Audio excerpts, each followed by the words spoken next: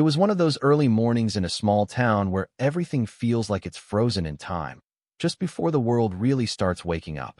The kind of morning when the air is still, the birds haven't started singing yet, and you can almost hear the calm in the silence.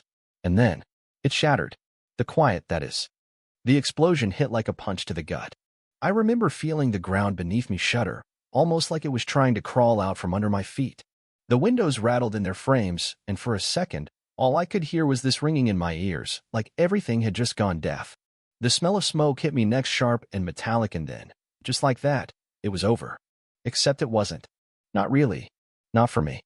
I ran outside in nothing but my pajamas, my heart in my throat. What I saw made my breath catch in my chest. The veteran's garden, the one I'd spent years helping to maintain, was gone. Just gone.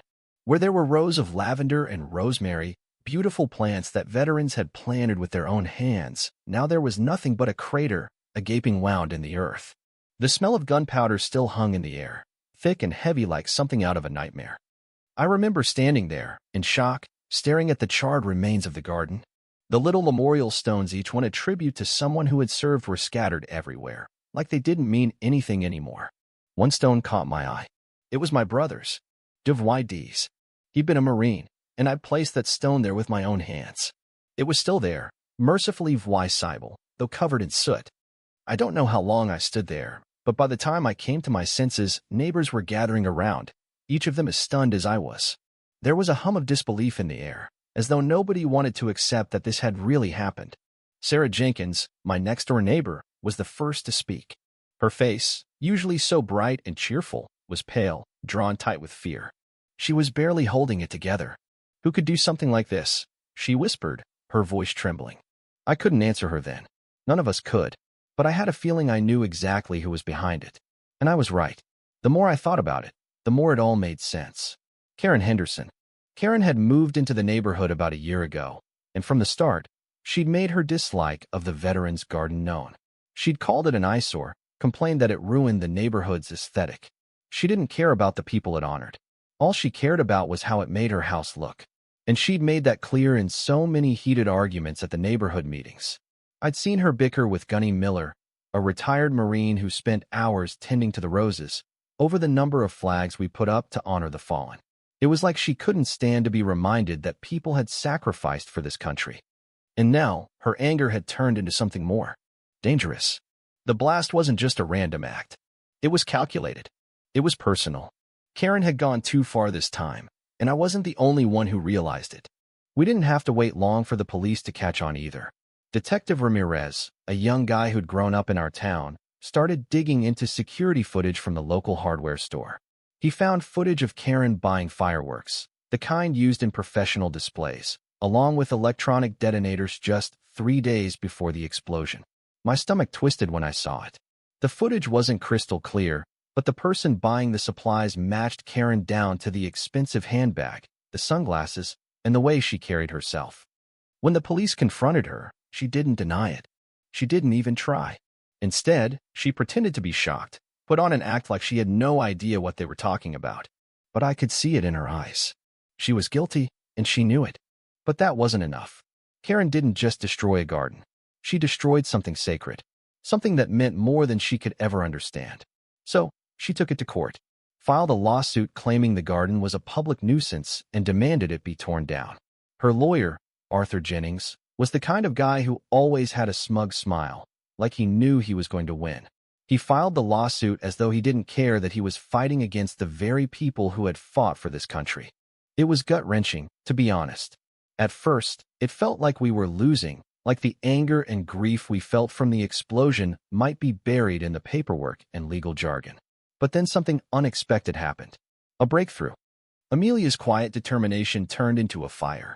As she dug through old town records, she stumbled upon something incredible. The land where the Veterans Garden sat wasn't just any public park. It was part of a federal grant, something that went back to the early 20th century. A civil war veteran had gifted it to the town with specific instructions about its use. The garden had been protected under the jurisdiction of the National Military Memorials Commission.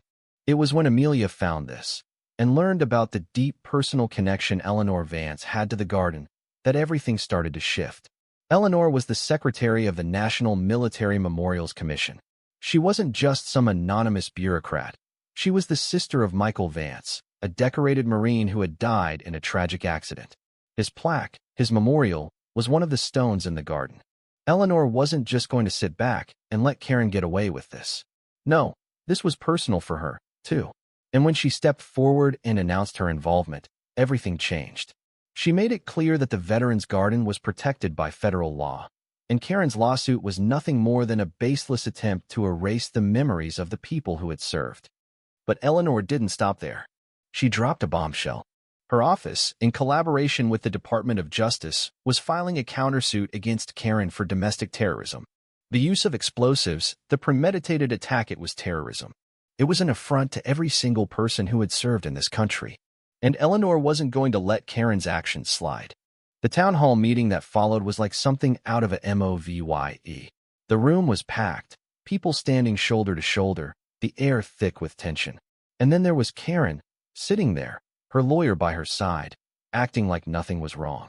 Her smug smile, the way she adjusted her scarf like she was above it a lit, made my blood boil. And then Eleanor stood up. She didn't shout. She didn't need to. Her presence commanded the room.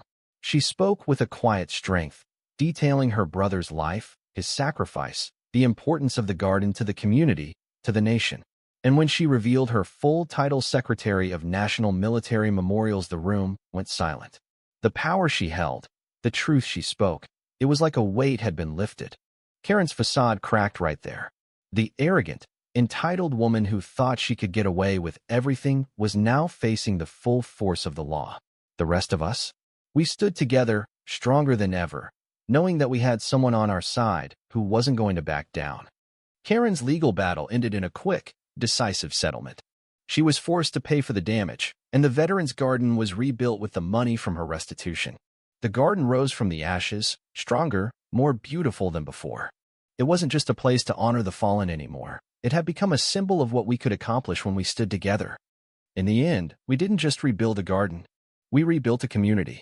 A community that learned to fight for what was right, no matter the cost. Now, whenever I walk through the garden, I think about how it all came together. The unity, the resilience, the way we came together when it mattered most. And I think about Karen, who left town in disgrace, her house sold at a loss. She's gone, but the garden remains. And it will always remain. What do you think? Should the law have been so harsh on her? Do you believe this was truly an act of terrorism? Leave your thoughts in the comments below. I'd love to hear what you think. Thank you for taking the time to listen to today's story on Store of Good Stories. If this story touched your heart or made you think, don't forget to hit like and share the video to spread this positive message to more people. And if this is your first time here, make sure to subscribe and turn on the notification bell so you won't miss any of the meaningful stories we share every week. Your support is the biggest motivation for Store of Good Stories to keep bringing heartfelt and valuable stories to you. See you in the next video.